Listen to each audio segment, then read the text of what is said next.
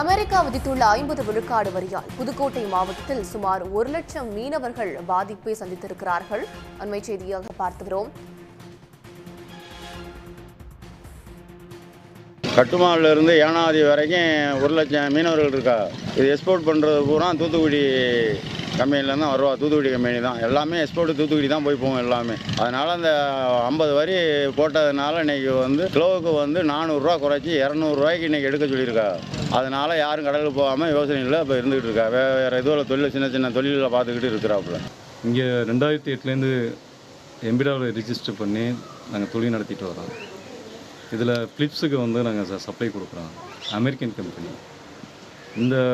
இதனால் இருந்ததில் இப்போ பார்த்தீங்கன்னா அமெரிக்கா 50% வரி விதிச்சதுனால பர்ச்சேஸ் ரேட் ரொம்ப கம்மி பண்ணி எடுக்கக்கூடிய ஒரு சூழ்நிலையில் இருக்கும். இனி வரக்கூடிய காலங்களில் மீனவர்களும் நாங்களுக்கு ரொம்ப இதனால் பாதிக்கப்படுவோம். ஆமாம், இது ரேட்டுக்கு கூடுதலாக கிடைச்சுன்னா இன்னும் மேற்கொண்டு இந்த தொழிலை நடத்துறதுக்கு மிகப்பெரிய வாய்ப்பாக இருக்கும். இதுக்கு மத்திய அரசும் மாநில அரசும் கண்டிப்பாக ஒரு நடவடிக்கை எடுப்பாங்கன்னு நம்புகிறோம். கண்டிப்பாக இது ஒரு மாற்றம் வந்தால் தான் அடுத்த மீனவர்களுக்கும் எங்களுக்கும் வாழ்வாதாரம் பாதிக்காமல் இருக்கும். உடனுக்குடன் செய்திகளை தெரிந்து கொள்ள சன் நியூஸ் பெல் ஐகானை கிளிக் பண்ணுங்க.